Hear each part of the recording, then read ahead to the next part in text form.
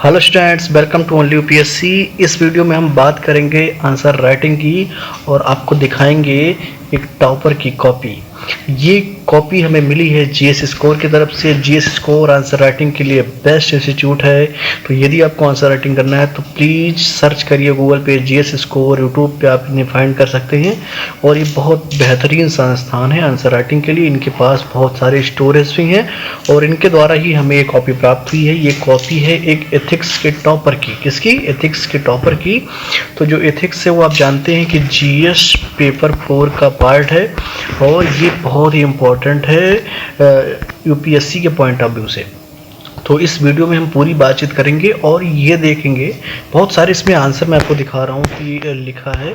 और जो कैंडिडेट है उनका नाम मैं आपको दिखा दे रहा हूँ। दिव्या मिश्रा इनका नाम है और जो इस बार का एग्ज़ाम इन्होंने क्लियर किया है उसमें एथिक्स के अंदर इनको सबसे ज़्यादा मार्क्स मिले हैं। ठीक है, तो कुल मिलाकर के इनका एथिक्स का कॉपी देखते हैं और ये समझने की कोशिश करते हैं कि टॉपर्स या यूँ कहें कि सिलेक्टेड और नॉन सिलेक्टेड के बीच में जो गैप है वो क्या है। और यदि आप नॉन सिलेक्टेड है तभी आप वीडियो देख रहे हैं तो सिलेक्ट कैसे होना है वो अप्रोच आप इस वीडियो में देख पाएंगे। ठीक है, तो ये पूरा कई आंसर दिव्या मिश्रा ने इसमें लिखा है, लेकिन हम किसी एक का चर्चा करेंगे ताकि पूरी बात आपको मैं समझा सकूँ। और उसके बाद में ये भी डिस्कस करेंगे कि राइट वे क्या है लिखने का। ठीक है, तो उस पर हम पूरी बात करेंगे और बाकी बहुत सारे क्वेश्चन से मैं दिखा दे रहा हूँ। ये आप स्क्रीनशॉट भी ले सकते हैं, देख सकते हैं अच्छे से। मैं पूरा पीडीएफ दिखा रहा हूँ आपको कि कैसे लिखते हैं। देखिए कई सारे स्टूडेंट्स इस बात को लेकर के भी बहुत ज़्यादा परेशान रहते हैं कि राइटिंग मैटर नहीं करता। ये देखिए कि राइटिंग कोई बहुत बेहतरीन आपको राइटिंग नहीं दिख रही होगी, लेकिन ये इस वक्त जब मैं आपकी कॉपी ये दिखा रहा हूँ तो ये सिलेक्टेड है। ठीक है, तो राइटिंग मैटर नहीं करता है, मैटर करता है कि आपने जो लिखा है वो क्या लिखा है। ठीक है, तो पूरी बातचीत करेंगे। ये पेपर मैं आपको पूरा कॉपी एक बार दिखा दे रहा हूँ, उसके बाद में आते हैं शुरुआत पे और पूरी बात आपको करके बताते हैं। चलिए दिखाते हैं आपको शुरुआत से एकदम। और एक प्रश्न पढ़ेंगे, प्रश्न पर पूरा डिस्कस करेंगे। क्योंकि ओनली यूपीएससी के मोस्टली स्टूडेंट हिंदी मीडियम के हैं तो ये कॉपी इंग्लिश में है, लेकिन हमारा कोशिश है इस वीडियो में, पर्टिकुलर वीडियो में, कि मैं ट्रांसलेट करके तर्जुमा उसका निकाल के आपको समझा पाऊँ कि वास्तव में एक टॉपर कैसे लिखता है। ठीक है, तो उस पर पूरी बात करेंगे। लेकिन अपनी बात स्टार्ट करूं उससे पहले वो स्टूडेंट जो मेंस के बारे में थोड़ा कम जानते हैं उनको मैं बताऊं कि मेंस में जीएस के 4 पेपर होते हैं। कितने? जीएस के 4 पेपर होते हैं और इन पेपर में जो चौथा पेपर होता है उसको एथिक्स कहा जाता है। ठीक है, एथिक्स इंटीग्रिटी। ठीक है, तो ये जो पेपर है ना, ये है कि जो आईएएस बनने जा रहा है, जो आईपीएस बनने जा रहा है, यानी कि जो एडमिनिस्ट्रेशन में जा रहा है, प्रशासन में जा रहा है, उसके वैल्यूज क्या हैं। ठीक है, उसके मूल्य क्या हैं, उसके मानदंड क्या है, नॉर्म्स क्या हैं। तो उनसे रिलेटेड बहुत सारे सवाल इसमें आते हैं और ये भी जो है आपके जीएस में इसके नंबर काउंट होते हैं। ठीक है, तो कुल मिलाकर के प्रशासनिक क्षेत्र में जो अधिकारी हैं उनमें एक कह सकते हैं कि एक अच्छी क्वालिटी की पहचान के लिए एक टेस्ट होता है, तो वो है आपका एथिक्स का पेपर। ठीक है, तो ये मुझे लगता है कि भूमिका हमारी बन चुकी है। अब हम पूरी बात कर सकते हैं अपने प्लेटफॉर्म पर। ठीक है, तो अब देखते हैं कि क्वेश्चन क्या है और उसका आंसर क्या लिखा है दिव्या मिश्रा ने। ठीक है, तो क्वेश्चन है credibility of global institution is based on the trust of global citizenry. ठीक है, अब इसका सामान्य से अगर हम अर्थ हिंदी में निकालेंगे तो कहने का मतलब ये है कि जो ग्लोबल इंस्टीट्यूशन है, यानी कि जो अंतर्राष्ट्रीय बहुराष्ट्रीय संस्थाएं हैं, is based on trust of global citizenry, यानी कि जो पूरी दुनिया के सिटीजन हैं उनके ट्रस्ट पर वो बेस्ड है। यानी कि जब हम मानते हैं कि कोई WHO है,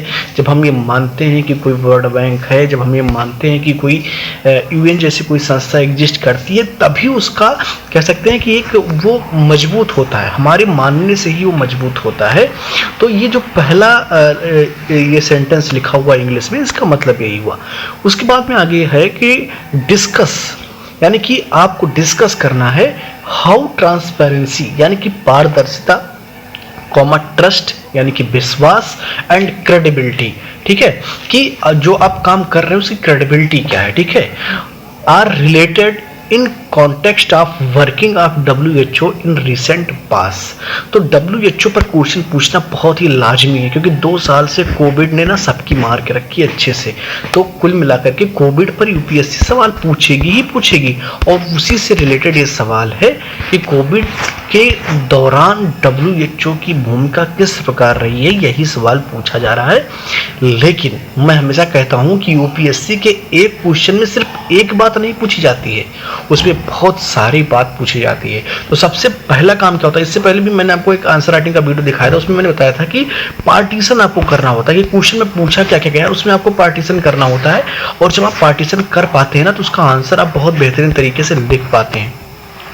ऐसे केस में जरूरत यह है कि आपको पार्टीशन करना आना चाहिए। तो चलिए इस क्वेश्चन का फटाफट पार्टीशन करते हैं, उसके बाद में दिव्या मिश्रा का आंसर क्या है उस पर डिस्कस करेंगे, ठीक है। तो पार्टीशन यहाँ पर देखेंगे, credibility of global institution is based on the trust of global citizenry. तो कुल मिलाकर के एक बात बताई जा रही है आपको, यहाँ पर आपसे कोई क्वेश्चन नहीं किया जा रहा है, यहाँ पर आपसे कहा जा रहा है कि जो ग्लोबल इंस्टीट्यूशन की का क्रेडिबिलिटी है वो इस बात पर ट्रस्ट निर्भर करता है कि जो सिटीजन है पूरी दुनिया के उस पर ट्रस्ट दिखाते हैं। ये एक स्टेटमेंट लिखा हुआ, ठीक है, और यूपीएससी खेलती है इस स्टेटमेंट से। यहां से क्वेश्चन आपसे पूछा जा रहा है, discuss how transparency, trust and credibility are related in the context of working of WHO in recent past. तो कुल मिलाकर के शुरुआत में आपको थोड़ा सा टाइम इस पर देना है कि जो ग्लोबल इंस्टीट्यूशन है उनकी क्रेडिबिलिटी किस प्रकार तय होती है, जो दुनिया के सिटीजन्स हैं उसके अनुसार कैसे तय होती है, इस पर आपको बात करनी है। तो एक खंड आपके आंसर का ये होना चाहिए जिसपे आप ये डिस्कस करें और आपको इसका एग्जाम्पल भी देना होगा। दूसरी बात यहाँ पर आप देख पाएंगे कि जो दूसरा क्वेश्चन दूसरा जो सेगमेंट है इस क्वेश्चन का, कि आपको डिस्कस करने कह रहा है कि ट्रांसपेरेंसी, ट्रस्ट और क्रेडिबिलिटी ये किस प्रकार, ये सारी जो गुण है, जो प्रॉपर्टीज हैं, ये कोविड के कॉन्टेक्स्ट में, यानी कि जो WHO का अपना काम था कोविड के कॉन्टेक्स्ट में किस प्रकार से ये सारी चीजें वहां पर दिखी। ये दो सवाल आपसे ये एक प्रश्न पूछ रहा है, ठीक है। अब जब आप इस बात को समझ जाएंगे तो इसको करना आसान हो जाएगा, ठीक है। एक चीज और, यहाँ पर 150 वर्ड लिखा हुआ है, ये 10 नंबर का क्वेश्चन है, ठीक है। तो आप जानते हैं कि यूपीएससी में जो सवाल आते हैं मेंस में, वो 250 नंबर का एक पेपर आपका होता है लिखित वाला, ठीक है। अब अगर एक प्रश्न 10 मार्क का है तो कुल मिलाकर ये 25 प्रश्न आपसे पूछे जाते हैं। कई बार क्या होता है कि क्वेश्चन की संख्या 20 हो जाती है और जो मार्क्स हैं वो 12.5 हो जाते हैं, ठीक है। तो घबराने की जरूरत नहीं, वहां पर होता क्या है कि 200 वर्ड्स में आपसे सवाल पूछ लिए जाते हैं और सवालों की संख्या घटा दी जाती है। यहाँ पर जब 200 वर्ड या 150 वर्ड यूपीएससी लिखती है तो इसका मतलब क्या है, क्या आप इससे ऊपर लिख सकते हैं या आपको इसके अंदर लिखना होता है, ये सवाल भी कई बार स्टूडेंट के दिमाग में रहता है। तो इसका भी जवाब सुनते हुए जाइए। जब आप इंस्टीट्यूट में अपने यूजी या पीजी का एग्जाम दे रहे होते हैं तो आप इस बात को लेकर के बहुत लोड नहीं लेते हैं कि नहीं जो लिखा हुआ है उसके विथिन होना चाहिए, यानी कि उसके अंदर होना चाहिए। आप कई बार उससे ज़्यादा लिख देते हैं, कई बार बहुत कम लिख देते हैं। तो क्या यूपीएससी में ये सारे हथकंडे आप अपना सकते हैं या इसके लिए भी कोई रिस्ट्रिक्शन है? तो देखिए बात सिंपल सी है, क्योंकि यूपीएससी जितना सवाल पूछती है ना आप कम कर ही नहीं सकते हैं। तो कुल मिलाकर के आपको ज़्यादा से बचना होता है, यानी कि 150 से ज़्यादा वर्ड से आपको बचना होता है। और यूपीएससी क्राइटेरिया लगाती क्यों है? ये इसलिए लगाती है कि कहीं आप एक ही उत्तर के चक्कर में ना और बातें अपनी ना लिख पाएं जो दूसरे सवाल में पूछी गई है। तो यूपीएससी ये चाहती है कि आप कंक्रीट चीज लिखें, हवाबाजी बिल्कुल ना करें, जितना आवश्यक तथ्य है उतना ही रखा जाए और सही तरीके से रखा जाए। तो इस सवाल का जवाब देने के लिए 150 वर्ड काफी है, इससे ज़्यादा लिखने की जरूरत नहीं। अगर इससे ज़्यादा होता है तो वो कहीं ना कहीं एक नकारात्मक चीज होती है और वो पॉजिटिव नहीं माना जाता है आंसर राइटिंग में, ठीक है। तो आप जब भी आंसर राइटिंग करें तो आप कोशिश करिए कि 150 वर्ड में लिखें, या बहुत ज़्यादा अगर आपको लग रहा है कि क्वेश्चन बड़ा हो रहा है तो 200 नंबर के भी क्वेश्चन आते हैं यूपीएससी में, ठीक है। तो आप ऐसा भी कर सकते हैं, बट इससे ऊपर आपको नहीं लिखना है, ठीक है ना। अब हम बात करते हैं कि इसका आंसर दिव्या मिश्रा ने कैसे लिखा। तो यहाँ पर थोड़ा सा पढ़ते हैं, उसके बाद में हम डिस्कस करेंगे। Trust is the productive of more trust, it is a and enable of the credibility both at the individual level and organisation level. ठीक है, तो ट्रस्ट जो है कुल मिलाकर के कहने का मतलब इनकी ये है कि इन्होंने एक रेफरेंस यहाँ पर लिया ट्रस्ट का। यही तरीका होता है एक अच्छे लेखक का कि कुल मिलाकर के एक भूमिका आपको ऐसी बनानी होती, सेट करनी होती जहाँ से आप अपनी बात को स्टार्ट कर सके। कई बार आंसर राइटिंग करते समय आप अपने बात को स्टार्ट नहीं कर पाते हैं, तो ऐसे केस में जरूरत है कि आप स्टार्ट अच्छा ले पाए। तो इसलिए ट्रस्ट को इन्होंने यहाँ पर थोड़ा सा खोलने की कोशिश की और अपने आप को सहज किया। तो इन्होंने कहा कि जो ट्रस्ट है ना, ये बोथ साइड से होता है, यानी कि दोनों तरफ से होता है। यदि आप मेरे पर भरोसा करते हैं तो मैं यहाँ पर भरोसा करता हूँ, यानी कि इंस्टीट्यूशन ये दिखाने की कोशिश करता है कि वो आपके लिए वर्क कर रहा है और आप अपना ट्रस्ट उनमें दिखाने की कोशिश करते हैं। तो कुल मिलाकर के ये बोथ साइड से होता है। दूसरी बात यहाँ पर यह कही जा रही कि जो ट्रस्ट है वो इंडिविजुअल लेवल पर भी होता है और ऑर्गेनाइजेशन लेवल पर भी होता है। तो कुल मिलाकर के यहाँ पर एक भूमिका दिव्या मिश्रा ने यहाँ पर बनाई ट्रस्ट की बेसिस पर, और ये बहुत अच्छी चीज होती है। जब आप कोई आंसर लिखने जाते हैं ना, तो शुरुआत में कोई भूमिका आप सेट करें और वो भूमिका आपके अकॉर्डिंग होना चाहिए। ठीक है, रटाया रटाया नहीं होना चाहिए, क्योंकि वो आपके मार्क्स काटते हैं। यूपीएससी आपका एक टेस्ट ले चुकी है प्रीलिम्स में, आपके ज्ञान का वो टेस्ट उस तरीके से ले चुकी है कि आपको फैक्चुअल नॉलेज है। अब वो आपके अंदर का विचार चेक करना चाहती है। ऐसे में सिर्फ आपको अपना विचार एक्सप्लोर करना है। आपको रटी रटाई चीजें अगर लिखनी है तो उस पर नंबर आपको उतने अच्छे नहीं मिलेंगे। ठीक है, अब यहाँ पर आप देखते हैं post WWI it is was appropriation of the global citizenry that the ये थोड़ा सा पढ़ने में दिक्कत हो रहा है कि क्या लिखा हुआ इन्होंने, in the coming into being of WHO। तो कुल मिलाकर के इन्होंने थोड़ा सा WHO को यहाँ पर बताने की कोशिश की। ठीक है, ट्रांसपेरेंसी, ट्रस्ट एंड क्रेडिबिलिटी, और ये WHO को यहाँ पर इन्होंने एक हेडिंग बनाने की कोशिश की WHO पर, जिसे एक लेख लिखा जाता है WHO और ट्रांसपेरेंसी, ट्रस्ट एंड क्रेडिबिलिटी। तो ये भी एक तरीका होता है लिखने का। ठीक है, यहाँ पर एग्जैक्ट क्या इन्होंने लिखा है, ये इससे ज़्यादा ये इंपॉर्टेंट है कि इन्होंने लिखा कैसे है, तो मैं उस पर ही फोकस कर रहा हूँ। ठीक है, जहाँ पर मुझे ये लगेगा कि ये स्पेलिंग नहीं सही से दिख रहा है, तो वहाँ पर मैं आपको बताऊंगा कि आप, यदि आपको समझ में आता है तो आप उसको समझ लीजिए। मेरा उद्देश्य ये है कि इन्होंने लिखा कैसे वो आपको समझाया जाए। ठीक है, तो WHO transparency, trust and credibility, ये जो है एक कह सकते हैं कि आर्टिकल के तरीके से इसको लिखने की इन्होंने कोशिश की है। ठीक है, और यहाँ पर उसको इन्होंने डिस्कस करना शुरू किया। तो सबसे पहले ट्रांसपेरेंसी को इन्होंने डिस्कस किया अच्छे से, एक अच्छा तरीका होता है लिखने का। यहाँ पे ट्रांसपेरेंसी को इन्होंने जो है ट्रांसपेरेंसी कैसे इंक्रीज होगी उसके बारे में इन्होंने बताया। ठीक ना, और इसी क्रम में ये आगे अपनी बात को बढ़ाती हैं। ट्रांसपेरेंसी, उसके बाद में फिर ट्रस्ट की, और उसके बाद में फिर क्रेडिबिलिटी की बात करती हैं। और यहाँ पर इन्होंने एक डायग्राम बनाया। ठीक है, तो डायग्राम जो होता है ना, ये बहुत कमाल की चीज़ है, ये बहुत ही जो है इम्पोर्टेंट है, और यदि आप सीरियसली यूपीएससी की तैयारी करते हैं तो आपको चीज़ फॉलो करना चाहिए। ठीक है, इन्होंने जो बात ऊपर लिखी या नीचे लिखी उसको बहुत इजली कैसे एग्जामिनर समझ पाए, तो ये डायग्राम बहुत ही महत्वपूर्ण है।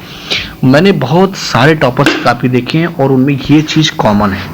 ठीक है, क्योंकि अपनी बात को आप चित्रात्मक रूप से ज्यादा आसानी से समझा पाते हैं।